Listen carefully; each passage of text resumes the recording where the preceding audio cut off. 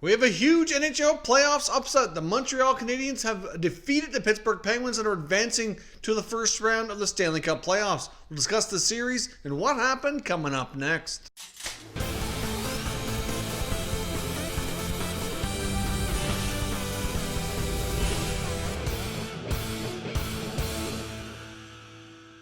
So welcome back to another video here at Top Shelf Hockey. As I mentioned, we have some big news in the NHL. The Montreal Canadiens have beat out the Pittsburgh Penguins. They've eliminated them during the qualifying round of the Stanley Cup Playoffs. The Habs are advancing. The Penguins are going home. The Montreal Canadiens were the lowest ranked team amongst the 24 teams invited to this 24-team return to play playoff format. The Habs beat them 3-1.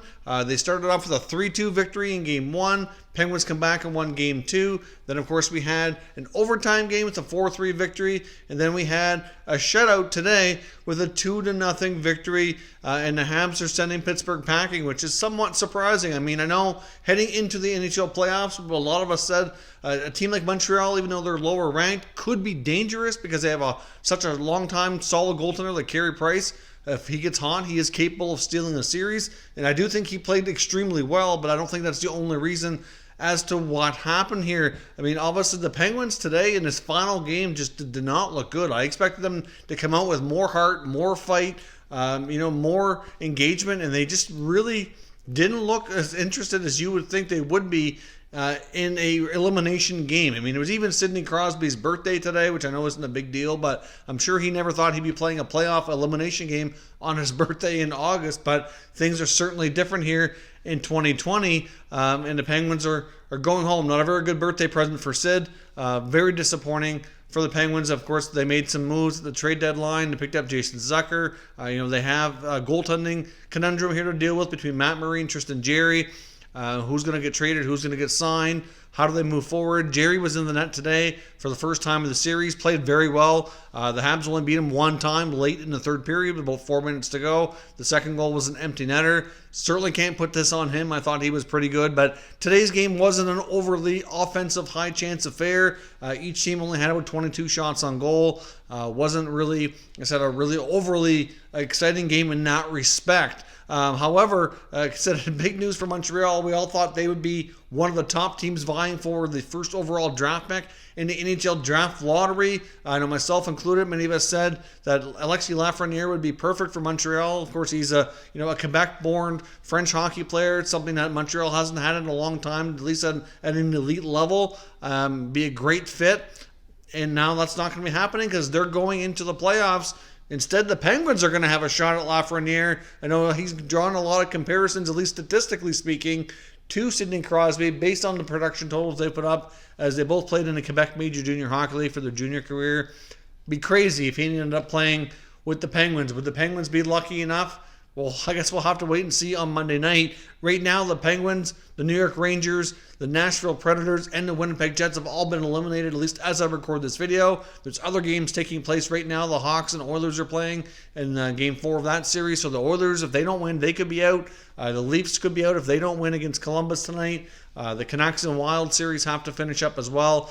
So there's still some more teams that are kind of deciding what's going to happen. But we're getting down to the wire here of the qualifying round, and we're going to be able to talk more about Phase 2 of the Draft Lottery here in the coming days. But the Montreal Canadiens had a lot of things go really well for them in this series. I thought that their blue line really held them in there. Weber had a good series. Jeff Petrie had an exceptionally good series. Even their younger guys back there played well. They had some really good, solid performances from youngsters like Kotkaniemi. Nick Suzuki was good. Paul Byron looked to be energized and played well coming back. Gallagher was decent. Domi wasn't given a huge role, but was certainly okay. I know the Montreal Canadiens did have to make some lineup adjustments as they went through this series a little bit. They had a few injuries, especially with like Jake Evans. They took Jordan Wheel out.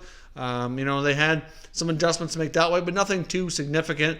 But obviously, overall, a lot of things went well. Phil Deneau did a good job, checking and defending. And just overall, the Penguins kind of shot themselves in the foot by not playing overly well. The Habs did capitalize on a few of their mistakes in the playoffs. Now, the other thing that I found very interesting, looking back at all the game stats, is the Habs won a playoff series without scoring a power play goal.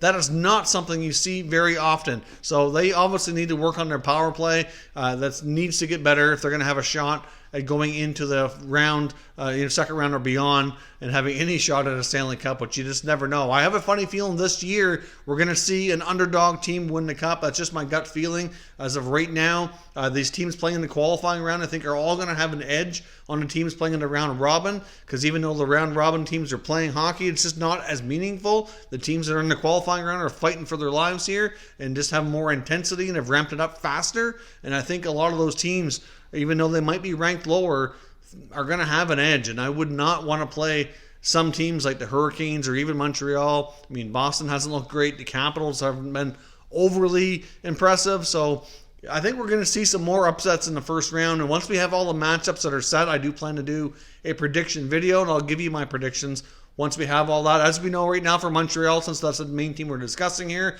they will play either Tampa Bay or Philly in the next round.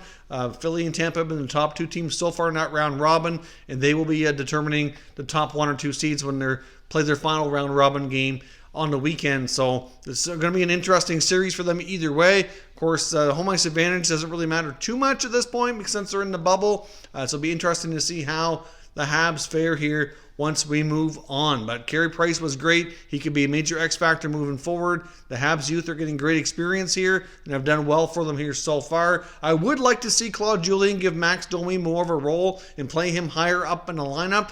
Some guys like Thomas Tatar, to me, haven't been quite as impressive yet. They need to find another gear. Suzuki, Kakaniemi have been impressive. So I'd like to see him make some changes. So they get by Pittsburgh with the lineup that they did, but I think they can make it even stronger by shaking things up a little bit. And like I said, they'll have to prepare for their next opponent. But this is absolutely insane.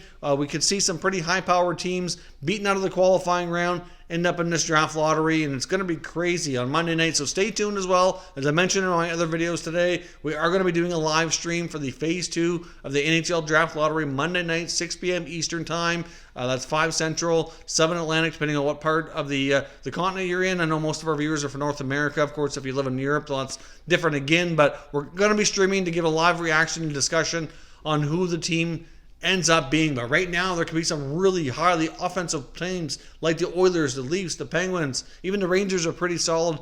You know, can you imagine Lafreniere playing with Crosby or Malkin? Can you imagine him playing on the wing with Connor McDavid? Can you imagine playing with Austin Matthews? Like, this is going to be a chaotic draft lottery. There's lots of drama, lots of chaos. If you're a hockey fan, I hope you love it, because that is what it is for 2020. Things are different, but there's certainly going to be plenty to talk about. So join me on the live stream for the draft lottery. Keep tuning in for all the playoff coverages. There'll be more live streams coming to talk about certain NHL games as well. Once we get into round 1, I do plan to get back into doing some more streams during the games as well. So stay tuned for that. So give me your thoughts on this series and anything else you want to talk about from the playoffs down in the comments, and we'll discuss further. If you're new to the channel, consider subscribing, turning on your notifications so you don't miss any future content, and give this video a thumbs up if you enjoyed it. I'd appreciate it if you did. As always, thank you for watching, and I will catch you next time.